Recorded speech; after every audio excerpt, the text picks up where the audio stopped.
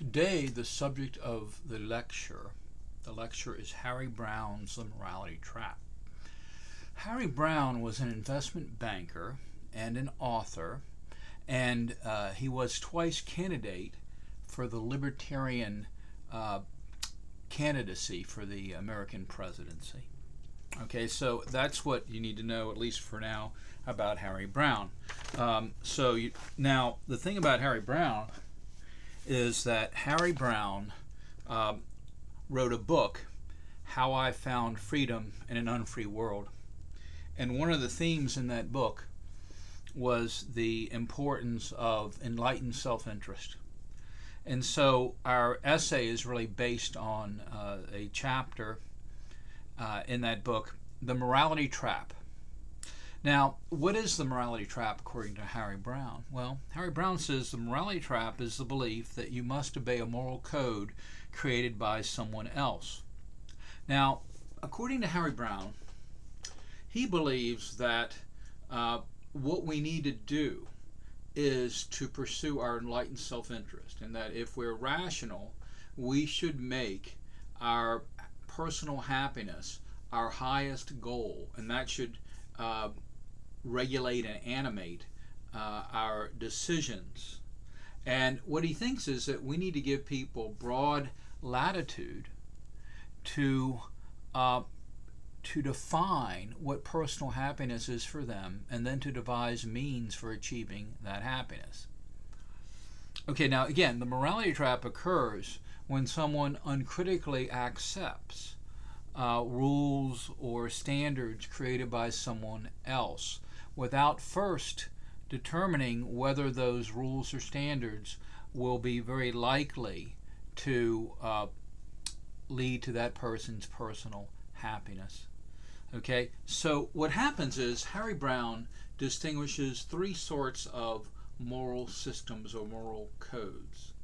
The first he talks about is called personal morality.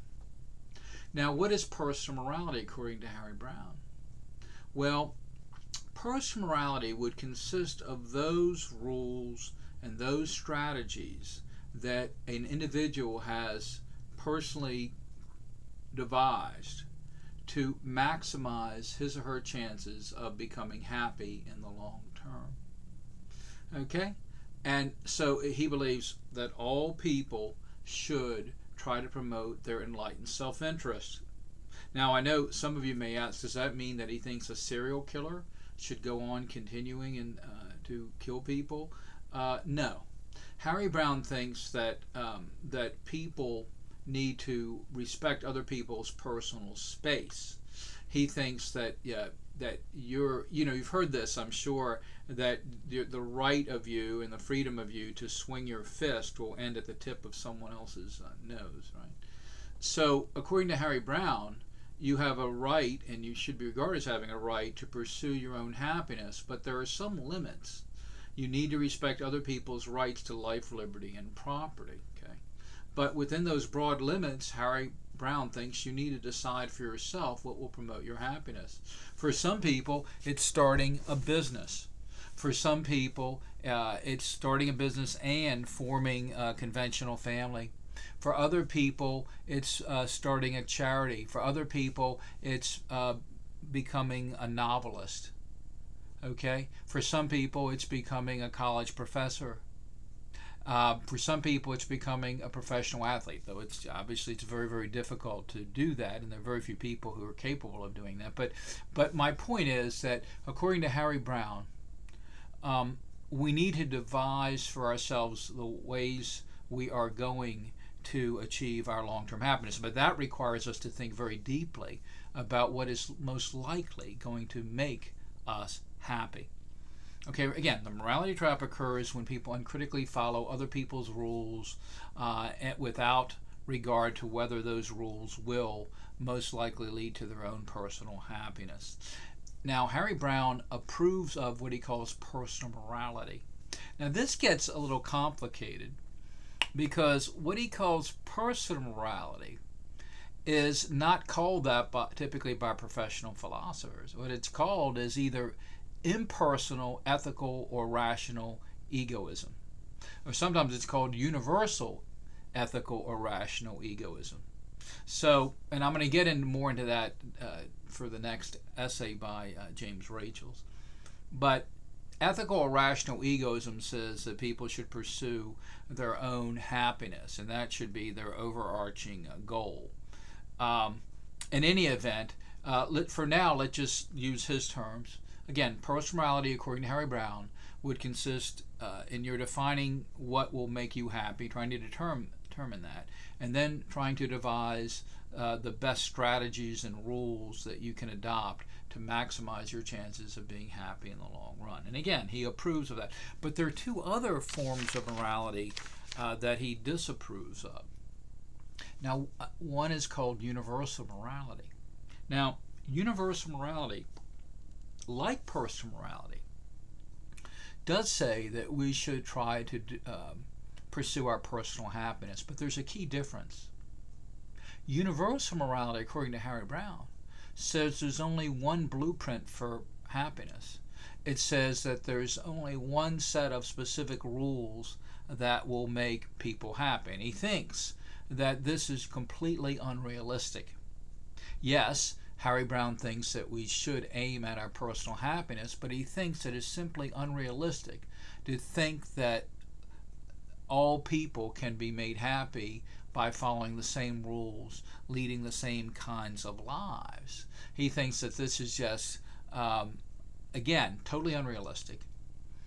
And so he disagrees with universal morality. Okay? He doesn't disagree, of course, with the goal of personal happiness. What he disagrees with is the claim that there's one highly specific blueprint for that happiness. According to Harry Browne, different people need different ways to be happy. We shouldn't expect all people to live the same sort of life to be happy. I mean, just think of how different people are. Think how different and how heterogeneous and pluralistic the United States is. And then within the United States, you have, for example, the Amish, let's say. And the Amish, they're going to be made happy, presumably, by leading different lifestyles from the average, more secular American, let's say, right? A lot of people who are not Amish are going to put more stress on higher education. They're going to value technology more than the Amish. They may have a different view of premarital sex from the Amish and so on. But my point is that according to Harry Browne, and I know you've heard this before, we should honor the saying, different strokes for different folks. Okay, and again, Harry Browne thinks that that universal morality is simply unrealistic. He says it's unrealistic to think that all people will be made happy by following the same set of rules, by following the same blueprint for happiness. Okay, so Harry Browne then rejects universal morality. He also, not surprisingly, rejects what he calls absolute morality. Now, absolute morality, like universal morality, says there's one blueprint that everyone should follow, but it differs importantly from both universal morality and personal morality in the following way. Absolute morality says that we should all follow the same blueprint even when that blueprint requires us to give up our own personal happiness or even our lives. In other words, it calls for self-sacrifice. Harry Browne also rejects absolute morality, of course, because he believes in personal fulfillment and personal happiness here and now. And he mentions certain, shall we say, interpretations of some conventional or traditional religions as examples of absolute morality. I think things get tricky here because there are different ways to interpret religions.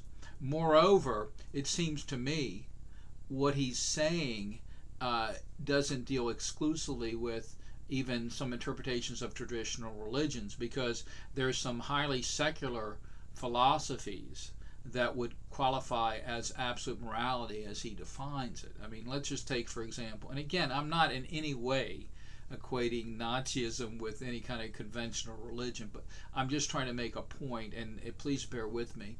But if you think of Nazism, it's saying that there is one blueprint everyone should follow, right? And it's saying that individual happiness is unimportant, and it's stressing self-sacrifice. Okay, so it says the group is important, following, doing what will forward the goals of the Aryan race, okay, that mythology. And it says that the individual must be quite willing to sacrifice his or her happiness or his or her life. Okay, so again, that would be absolute morality, and that's an example of Nazism would be an example of that. Okay. Again, I'm hesitant to say something about the different traditional religions, because I think that even when you talk about traditional religion, there are different interpretations, and there are many people who are religious who would say no. They believe that God wants people to be happy here and now, but also obviously in the afterlife.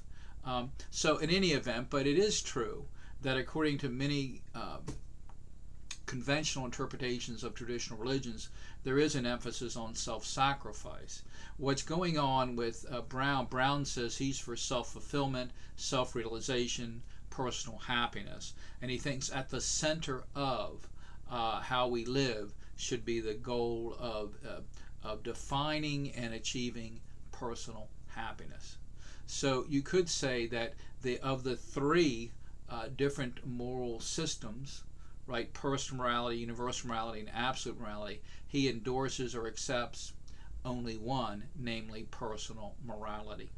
Now, I want to go further, and then the question that many of you may have is, again, what are the boundaries for this? I mean, does Harry Browne think that we need definite boundaries for what we can do, because otherwise we could bump heads with other people, right?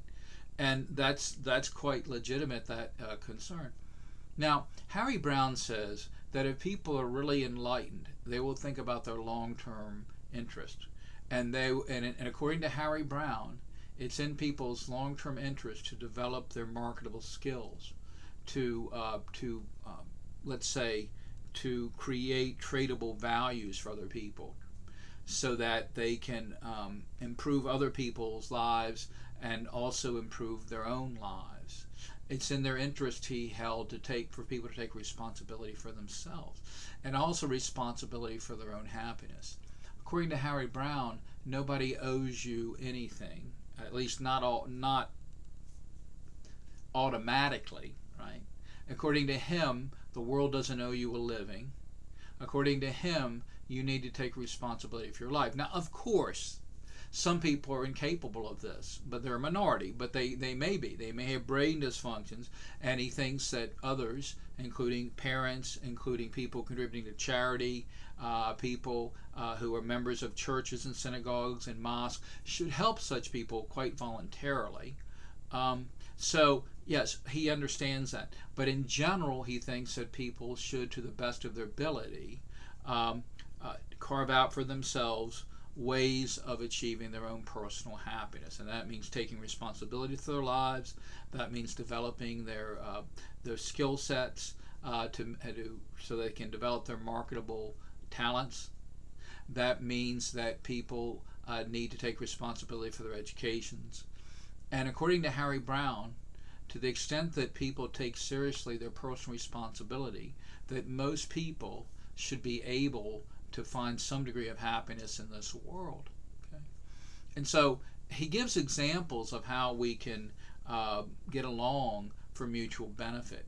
Now, some of the examples are from commerce.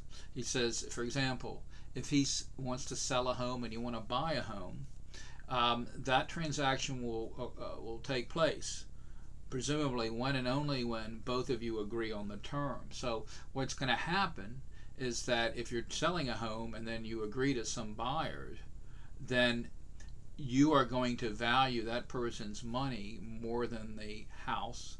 On the other end, that person's going to value the house more than the money. Each of you presumably will be trying to work within his or her self-interest, but presumably you'll have interests that are compatible. They may not be identical, but they'll be compatible. And this happens all the time when you have an economic exchange, a commercial exchange without fraud or violence. And it happens whenever I go to Dunkin' Donuts and get coffee. I always value that coffee more than my money. On the people on the other side of the counter always value the money more than the coffee. And so that's why we can have a positive sum exchange. And then the world becomes a slightly happier place. And of course, that happens millions of times, very regularly. And so the world becomes a happier place because of those voluntary exchanges for mutual benefit. So you have people who are self-interested, very largely self-interested, trading for goods and services for mutual benefit. Okay, and so also when you go out with your friends, if whatever that is, you go out, you meet with them, you have study groups, you have a meal with your friends, you watch a movie together on Netflix, whatever you're doing with friends, presumably, generally, it's highly self-interested, and yet people are doing what is socially useful and socially beneficial. Now, it's beneficial for more than one person for people to cooperate for mutual advantage. And what he says is most of our interactions are going to be mutually beneficial. And he says, he says it's really a mistake, he says, to think that the world owes you a living. He says it's a mistake. He actually gave it was like a Christmas gift for his daughter, but it was a letter about the value of personal responsibility. He says, if you want to be happy, realize that generally speaking, you need to create value for other people. And the value it doesn't have to be commercial value necessarily, not always. Just the value of being a good friend. He says, if you want to have friendship, be a good friend. And then people can willingly cooperate in that friendship, he says. But don't believe that the world owes you a living, the world owes you something, because he says, for one thing, you'll never collect on that debt. You will never be full, you'll not appreciate what you have. You won't have any highly developed sense of gratitude. You'll have the opposite. You'll have a highly developed sense of entitlement, which typically will not help you either in the marketplace or help you to achieve personal happiness. But in any event, so Harry Browne says that what we need to do is to develop our skills, and we need to create value for other people. And he thinks it's just a mistake to think that we should always engage in self-sabotage. Now, I know that some of you may be thinking, well, how about if someone has a child? Well, Harry Browne had at least one child I know of, a daughter. He might have had more, and so I know that he believed in personal responsibility, and he believed in parental responsibility, right? So, yes, if someone has a child, Harry Browne would say that person is responsible for that child, especially until the child's 18 or so. And we understand that. And Harry Browne would say, to the extent that one's rational, one will discharge one's responsibilities. And if somebody brings a child to the world, that is that person's responsibility. But ideally, if someone's rational and enlightened, that person will take seriously that responsibility and realize if that person does a good job of rearing that child will contribute probably to the happiness of others, including the parent, right? And that is a parental responsibility to take care of that child. So he does believe that, yes, sometimes you have to do things that are inconvenient, and if you're rearing a child, there'll be many times when you'll have to do what's inconvenient. But presumably, if you really value your responsibilities as a parent, you'll realize that's part of being a parent. In the long term, though, that child could contribute to your happiness. But in any event, so Harry Browne believes that all of us should aim at our enlightened self-interest. But he didn't believe that means we're entitled to do whatever we want whenever we want.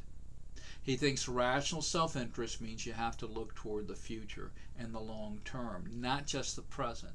And it sometimes can be very difficult to pursue one's enlightened self-interest. It can sometimes require a lot of self-discipline, a lot of careful thinking, to think about what are the most likely long-term consequences of one's choices.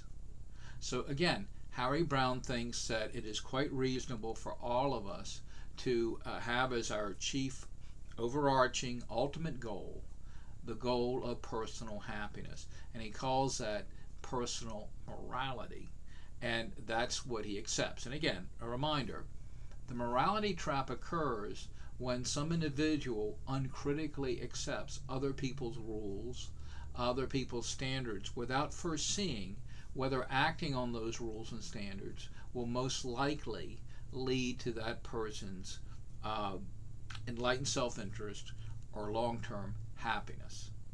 Okay, so those are the positions that Harry Browne was taking. Remember, he believed in what he called personal morality, and the interesting thing about it is professional philosophers typically wouldn't call what he's talking about personal morality. It doesn't mean he's wrong, but they would call it ethical or rational egoism. And it would be of the impersonal or universal kind. In other words, it's saying that all people should promote their enlightened self-interest. And just remember, he's including within that enlightened self-interest a respect for others, space, and rights to life, liberty, and property. Okay, so basically that's what I wanted to cover today, Harry Browne's The Morality Trap.